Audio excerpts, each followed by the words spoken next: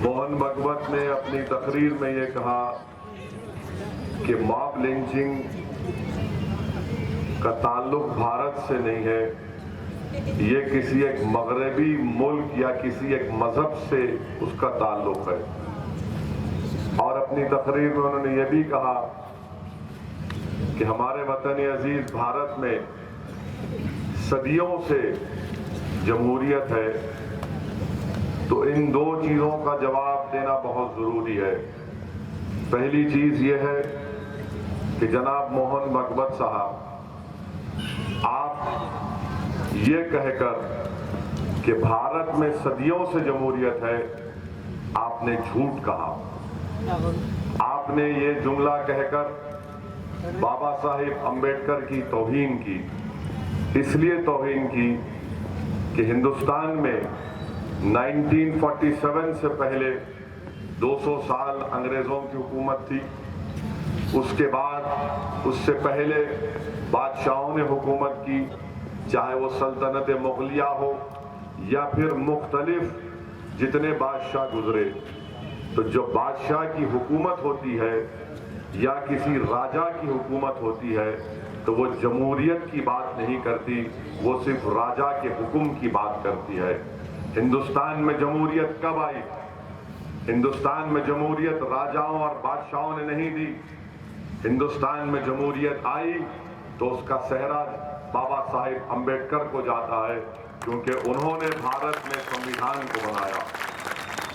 क्योंकि राजाओं और बादशाहों के जमाने में इंसानों को बराबर नहीं देखा जाता था। भगवत बादशाह और राजाओं के जमाने में इंसानों को इस तरह से देखा जाता कि कौन जनियोधारू है और कौन सबसे नीचे दलित है, चमार है, और इसी तरह लोगों में इस तरह से उनको देखा जाता था।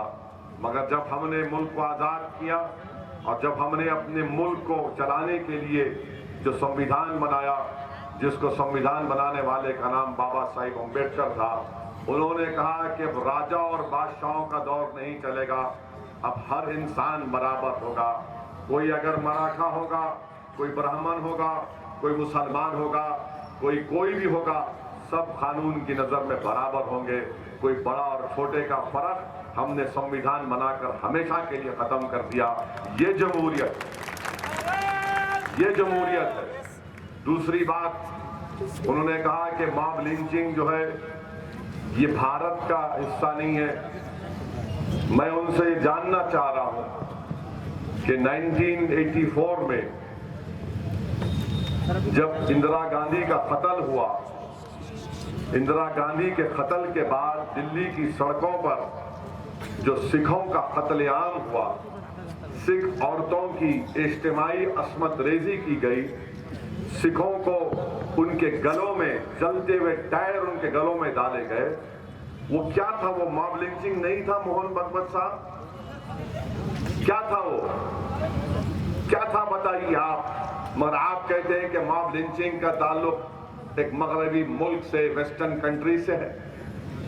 2002 में यकीनन मैं मजम्मत करता हूं गोधरा ट्रेन को जलाने की, मगर उसके बाद जो गुजरात की सरजमीन पर जब चीफ मिनिस्टर मौजूदा वजीर आजम नरेंद्र मोदी थे और गुजरात के सड़कों पर अहमदाबाद में 1 नहीं 2 महीने 3 महीने तक जिसको निशाना बनाया गया, लंबी तफसील में जाना नहीं चाहता हूं।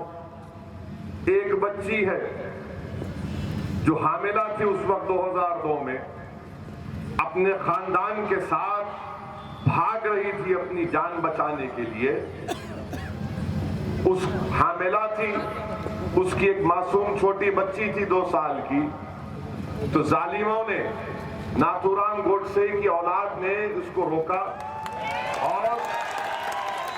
और रोककर 12 लोगों ने उसकी इज्जत लूटी। उसका हमल साकित हो गया।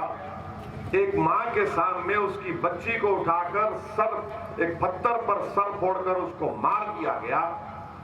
अब सुप्रीम कोर्ट ने पिछले हफ्ते कहा कि उसको 50 लाख भी दो, उसकी नौकरी भी दो। तो बताइए मोहन भागवत, क्या वो मॉब लिंचिंग नहीं था? क्या वो मॉब लिंचिंग नहीं था? मेरे अजीज दोस्तों और बुजुर्गों, मोहन भगवत कहते मॉब लिंचिंग है ही नहीं। हाफिज जुनैद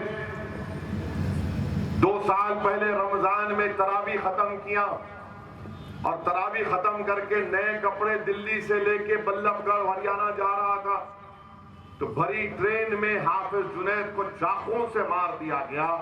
क्या वो मॉब लिंचिंग नहीं था?